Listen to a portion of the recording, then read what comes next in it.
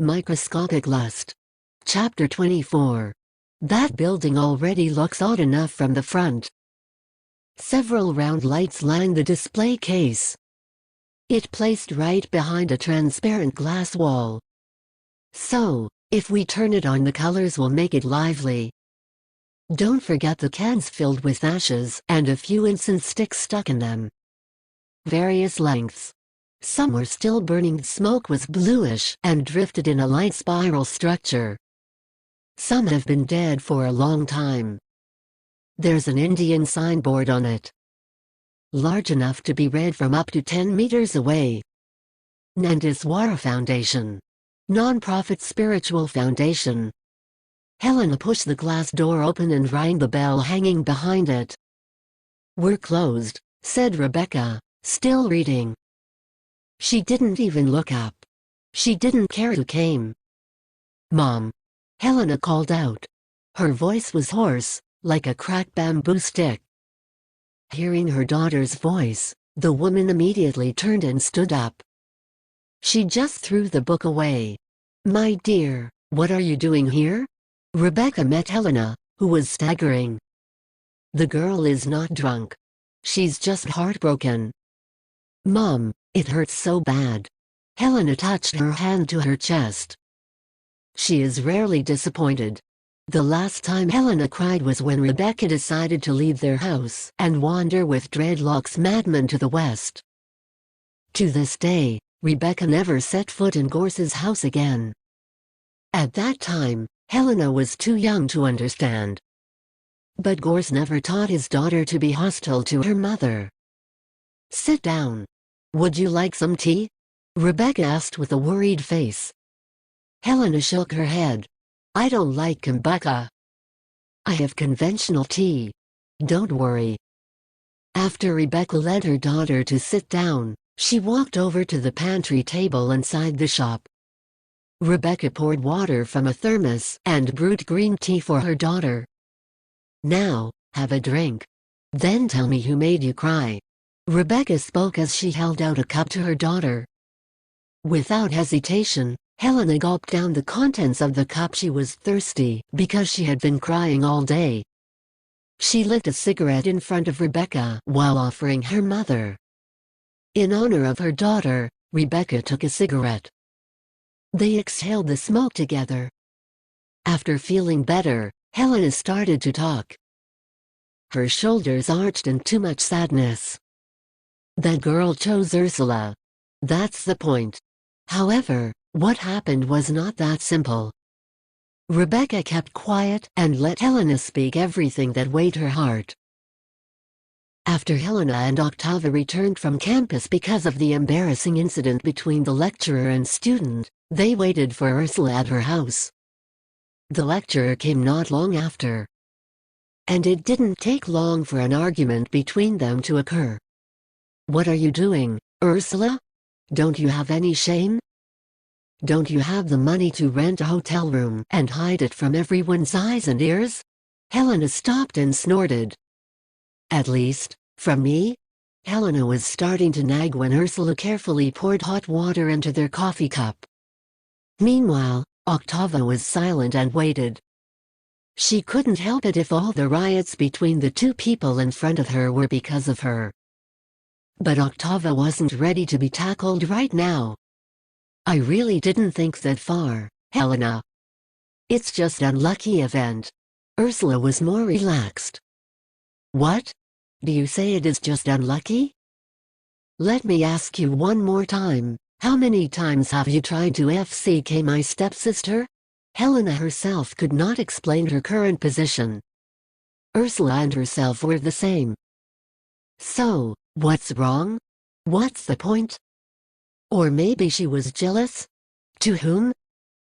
To Ursula because Octava wants to be with her girlfriend, or to Octava because Ursula is playing with her sister? Obviously, please be angry with me.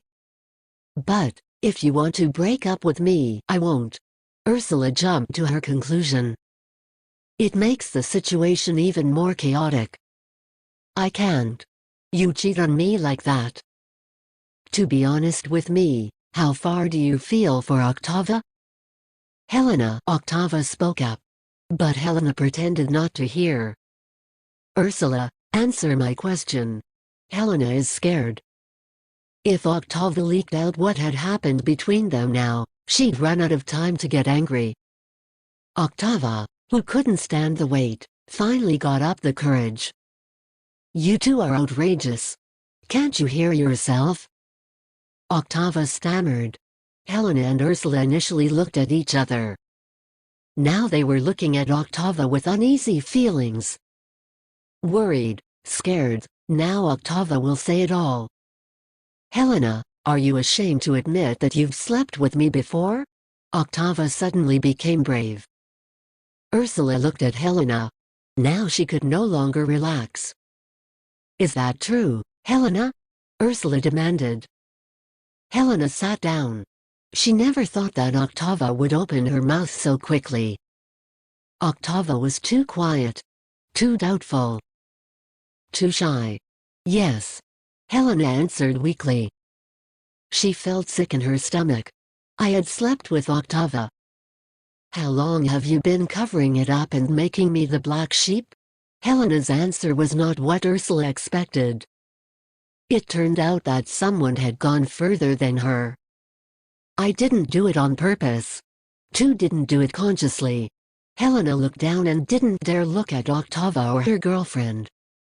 Oh! Octava couldn't believe her ears. Octava, Helena wanted to turn things around.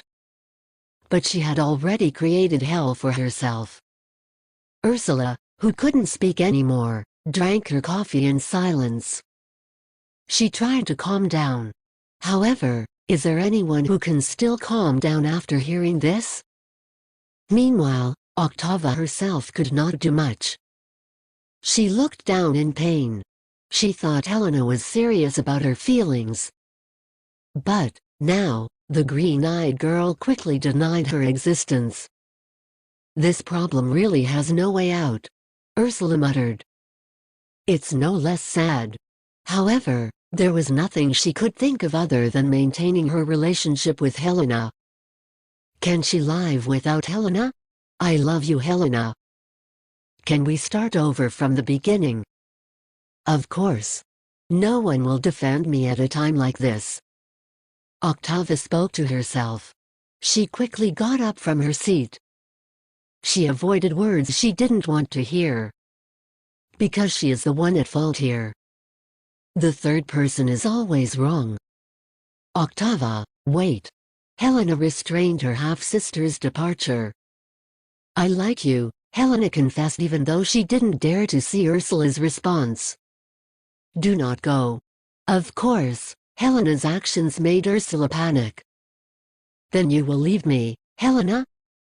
After all the months we've been through? Ursula wondered, actually to herself. I can't be with you, Helena. Octava anticipated. This issue is not only about who you prefer. Or who I want to be with. Do you like Ursula? Helena couldn't wait to hear the bad news. Not from Octava. Not after what she just confessed. Our parents are married, Helena. My mother is your mother. Your father is my father. What if they found out? Meanwhile, you yourself don't dare admit Ursula's existence in front of Rebecca. Octava explained. Helena woke up. Octava's right about her, she's a coward. Then you have to choose Octava, Helena said firmly. Choose one of us.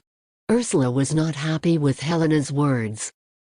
Why only Octava can choose? Why not me, or you? Ursula is increasingly disapproving. At first, she thought that this insanity was only in her head. But it seems that Helena is also crazy about this woman named Octava. Because obviously, you're going to choose Octava, right? Helena asked earnestly. Hearing that, Ursula doubted herself. She chose to silence this time. Then Octava asked again, so you don't want to choose, Helena? I definitely can't. Helena wants to start from scratch if there is a chance. She tried to tell the truth from now on. I can't choose between you and Ursula. Octava then sighed. Go back to Ursula, Helena. I'm the one who got you into this trouble. As long as it's not too late, I'll go. Octava is so sad. Her heart ached. And the pain she couldn't explain because this is more tortuous than what Tony did to her. Octava remembered the microscopic events that Ursula had presented in front of the class at the first meeting of the appreciation course. Now she understood that desire is not visible from the surface. But what's the point of just understanding? Let Octava choose, Helena. Ursula changed her mind. She couldn't make up her mind this time.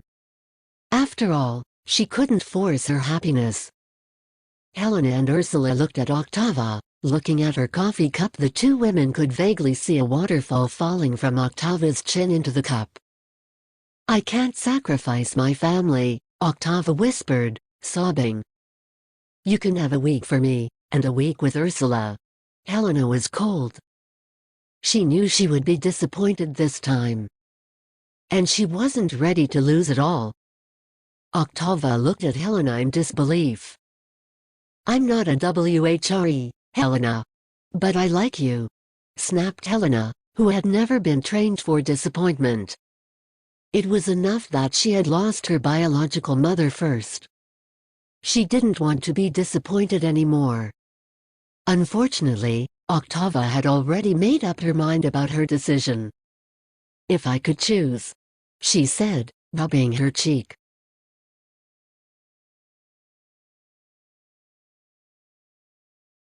Microscopic Lust.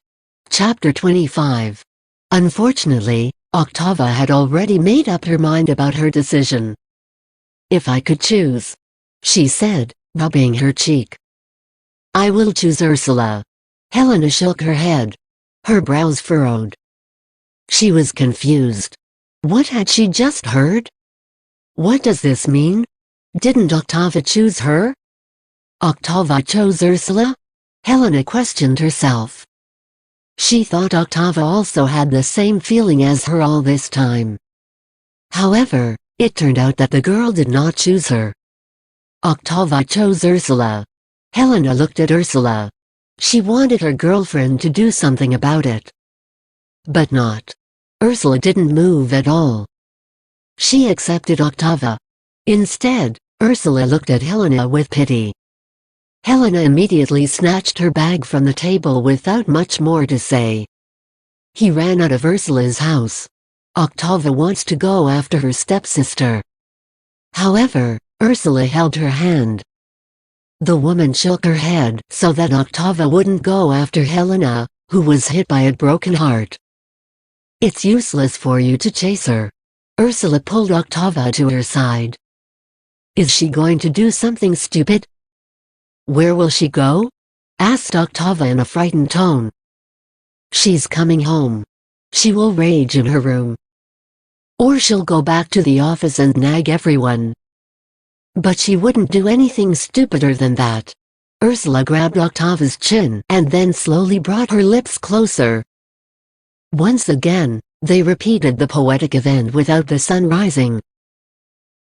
Sex helps cardiovascular work to prevent the subject from health problems such as the risk of heart disease, headaches, weak immunity and high blood pressure. It also participates in the formation of the stability of the hormonal system, prevents breast cancer, strengthens the pelvic muscles and increases the level of smell. Like the first thing that woke Octava right now. Now, as her eyes were still perfectly closed and consciousness slowly surfaced, the girl could smell the vanilla from Ursula's dreadlocks and the smell of gum left on the sheets. Helena's. She felt that something was missing, even though being with Ursula was fun. Finally, Octava was used to being a hypocrite, at least to herself. Because it's not only with Ursula, it's also fun with Helena. But Octava would rather keep it to herself than compare the two women. Which still makes her wonder, just how can she like two people simultaneously? Then have the control to hurt them if she wants. Thankfully, she never had the ambition to rule the world. Octava is a doubtful girl. When the girl noticed that Ursula was starting to move beside her, a strand of her dreadlocks caressed Octava's arm. It gave off a goosebumps effect that she couldn't stand. "I'm sure you're awake." Ursula kissed Octava's neck. Then her lips. It wasn't just her who couldn't believe that Octava would choose her. Also, Helena. Octava pretended to squirm. "Open your eyes, smile." She looked at Ursula. 7 hours ago, this person was still a lecturer at her campus. Now she lay beside her, being her girlfriend. Ursula hugged Octava's body and caressed her stomach until she felt like she would burp butterflies. Then Ursula whispered to her student with poetry. This time Octava didn't deny it anymore. She listened to Ursula with understanding. She is enlightened. Why not earlier? She had been watching Ursula for a long time. 2 semesters and a half. At that time, Octava did not understand where the logic of poetry was in each of her narrations. Literary appreciation sounds like a tale of kings and the invisible suits. Impossible and far-fetched. Because she didn't feel it, humans tend to hate what they don't understand. "I must go home." Octava came to her senses. She couldn't be here all night. "You've missed Helena, haven't you?" Ursula was joking. But both she and Octava knew those words shouldn't have been saying. They were silent for a moment. Ursula felt terrible because of the awkward atmosphere she had created herself. "Let me take you home." Ursula tries to atone for her sins. "You are a good person but also bad." Octava praised and cursed at the same time. "Helena will see you. Besides, I brought my own car." "You're going to hide me now? Like Helena was hiding me all this time?" "Geez. You have no feelings, Ursula," Octava accused. "Hey!" Ursula didn't accept it, but she didn't want to go on too long. She sighed resignedly. "Well, go home now." She kissed Octava's forehead as she helped her pick up the clothes. "Don't flirt with Helena. Impossible. The thing that makes the most sense now is the possibility that Helena will kick me out of her house." The most logical thing Octava could imagine when she got home was an argument with Helena. Wrong. The loud voice instead came from Gorse. The man who usually looked patient was able to scream. "Helena, manners! Where is your politeness?" Then Octava, who had just entered the house, came out of Gorse and saw her mother wrinkled in the sofa chair, crying. "Our parents have married Helena." "My mother is your mother. Your father is my father. What if they found out?" Meanwhile, "You don't even dare admit Ursula in front of Rebecca." Octava's words still echoed in her head and made Helena even angrier. Helena had tried not to start a fire everywhere. But her frustration has already burned every carpet in this house. "Mother, what's wrong?" Octava asked her mother. "This old man wants me to call his new wife mother." Helena helped Amanda talk. Octava couldn't respond to such a burst. Of course, she lit the wick in Helena's head. She was silent. Amanda saw Octava's presence nearby. She shook her head in hopes that Octava wouldn't continue this riot. "What's your problem, Helena? You don't usually act this arrogant." Mr. Gorse was ashamed of the new occupants of her house. "I'm an adult. I have the right to decide whatever I want to do." Although unsure what kind of disaster would impact her sentence, Helena still said it. Gorse folded her arms across her chest, her thin body straightened. He wanted to be seen as having full power in this house. "Good, I've been waiting for you to decide all the good things for your life. Now get out of here. As soon as possible. Because it must be difficult to take care of your things." Helena is shocked by her father's decision. However, she refused to fix the fuss she made. Helena decided to go up to her room. Octava remained where she was. She doesn't know who to side with. Meanwhile, Gors came to her. "Let me comfort your mother. After all, one day Helena will still go like Rebecca. As for me, I will only grow old with my wife." Gors swallowed his saliva. Octava understood. She excused herself to go to her room. When she saw Helena's door was open, the girl decided to look inside. All the contents of the cupboard had been taken out blindly. Then Helena lit the fire without a cigarette stuck to her lips. "Helena, don't."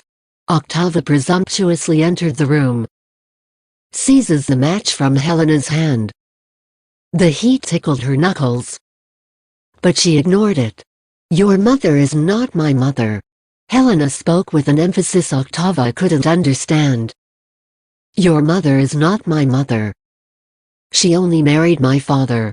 Why do you take your anger out on other people?" Octava wanted to come closer, soothing, or just kissing Helena's cheek, as they always did.